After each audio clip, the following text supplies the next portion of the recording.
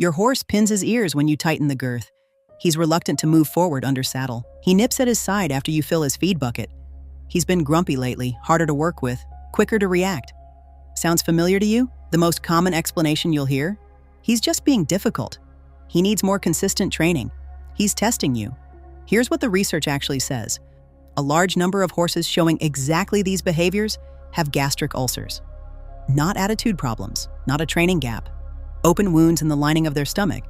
And their owners had no idea. This video is about the signals your horse is already sending you and what they actually mean. Equine gastric ulcer syndrome, or EGUS, is one of the most common health conditions in domestic horses. The Merck Veterinary Manual puts the prevalence at around 30% in the general adult horse population. In horses in active training or competition, that number climbs to over 60%. In racehorses, studies have found rates between 90 and 100%. Those are not small numbers. If you have a working horse, the statistical likelihood that you're dealing with a horse who has, or has had, gastric ulcers at some point is substantial. And the troubling part is that prevalence alone tells you nothing about whether your specific horse is affected, because many horses with gastric ulcers show no obvious clinical signs until the damage is already significant. The reason ulcers are so common comes down to biology. Horses evolved as near-continuous grazers. Their stomachs produce hydrochloric acid around the clock, regardless of whether there's food present. In the wild, a horse spends most of its waking hours eating, which means there's almost always forage in the stomach to buffer that acid. In domestic management, horses often go hours between meals. The acid keeps producing. There's nothing to buffer it. The upper portion of the stomach, which lacks the protective lining that the lower portion has, takes the damage. Exercise accelerates this. At canter and gallop, the stomach compresses and acid splashes upward into that unprotected squamous region. The harder and more frequently a horse works, the greater the exposure. Research shows that gastric ulcers can develop in as little as 5 days of intense training without adequate forage access. That's not a slow process. That's fast enough that a horse can go from healthy to ulcerated over a single competition week. So the conditions that create ulcers are built into the way most horses are managed.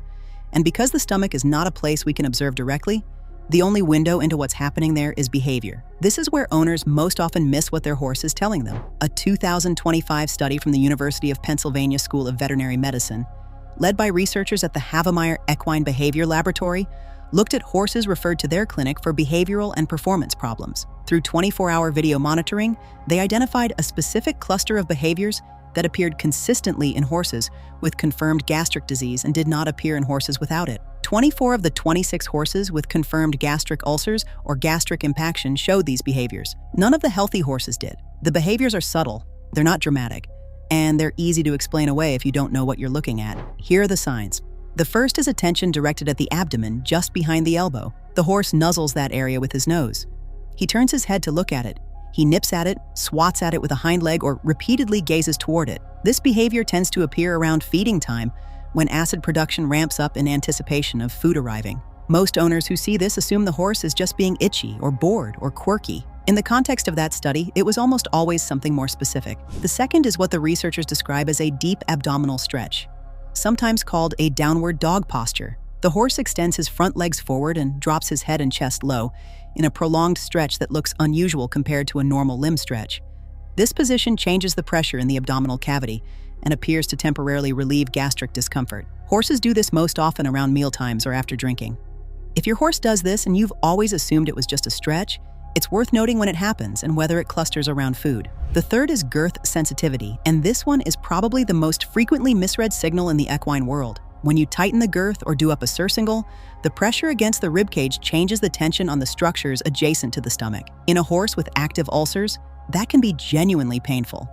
The horse pins his ears, swishes his tail, turns to bite, or simply tenses and holds his breath. This gets labeled as a training problem or a quirk of personality. It is very often neither. The fourth is reluctance to move forward under saddle. At trot and canter, the movement of the rider compresses the stomach. For a horse with ulcers, schooling sessions that involve collected or demanding work cause repeated pressure on already inflamed tissue. The horse slows. He falls behind the leg. He resists transitions. In the absence of any other explanation, owners and trainers reach for training-based solutions. More leg, more consistency, more time. The horse is asking for something else entirely. The fifth is a change in general attitude around the stable. This is the least specific sign, but among the most commonly reported.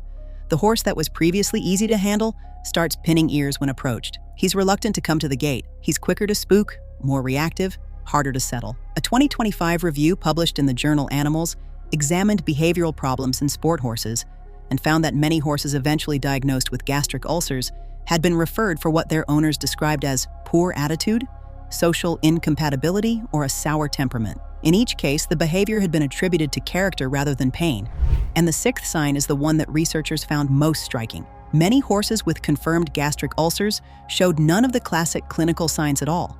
No weight loss, no rough coat, no obvious colic. They appeared outwardly healthy. What they showed was only behavioral, and even that was subtle enough that it had been overlooked or explained away for months before a gastroscopy confirmed what was actually happening. That last point is worth sitting with, because it means a horse can be in significant gastric pain with real tissue damage in his stomach lining, and the only signal available to an owner is behavior. How he responds to the girth, whether he wants to move forward, how he acts when you walk into the stable, how he holds his body after he eats. Those are not training variables. They are pain signals. What do you do if you recognize some of these signs in your horse? The first step is a conversation with your veterinarian.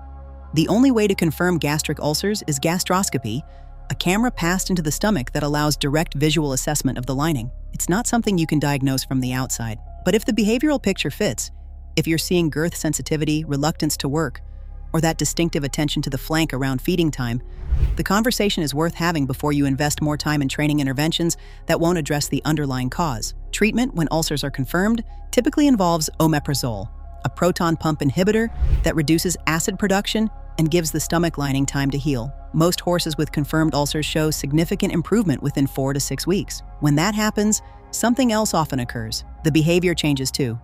The horse that was grumpy comes back. The horse that was behind the leg starts moving forward again. What looked like a training problem resolves not because of more training, but because the pain stopped. That outcome matters beyond the individual horse. It matters for how you read your horse's behavior going forward. If behavior resolved when the pain resolved, the behavior was always about the pain. Every future shift in attitude, willingness, or ease of handling deserves the same question. Is this communication? On the management side, continuous forage access is the most reliable preventive measure. Buffering stomach acid consistently through hay available overnight, slow feeders, or small frequent concentrate meals reduces the conditions that allow ulcers to develop or return. Research also shows that feeding a small amount of hay before intense exercise reduces acid splash into the squamous mucosa. Turnout on pasture supports this too, because near continuous grazing is the pattern the horse's digestive system evolved around. And if your horse has been treated for ulcers and the behavior changes afterward, treat that as information. The behavior was communication. Getting that right changes how you approach every future change in your horse, because the next shift in attitude or willingness might be telling you something just as important. There is no such thing as a horse that decides to be difficult for no reason. There is always a reason. Sometimes it's in the training, sometimes it's in the relationship, and sometimes it's in the stomach. If this video helped you see your horse's behavior differently, leave a comment below and tell me which sign you recognized. And if you want to understand more about how your horse's body and behavior connect, subscribe. There's a lot more coming.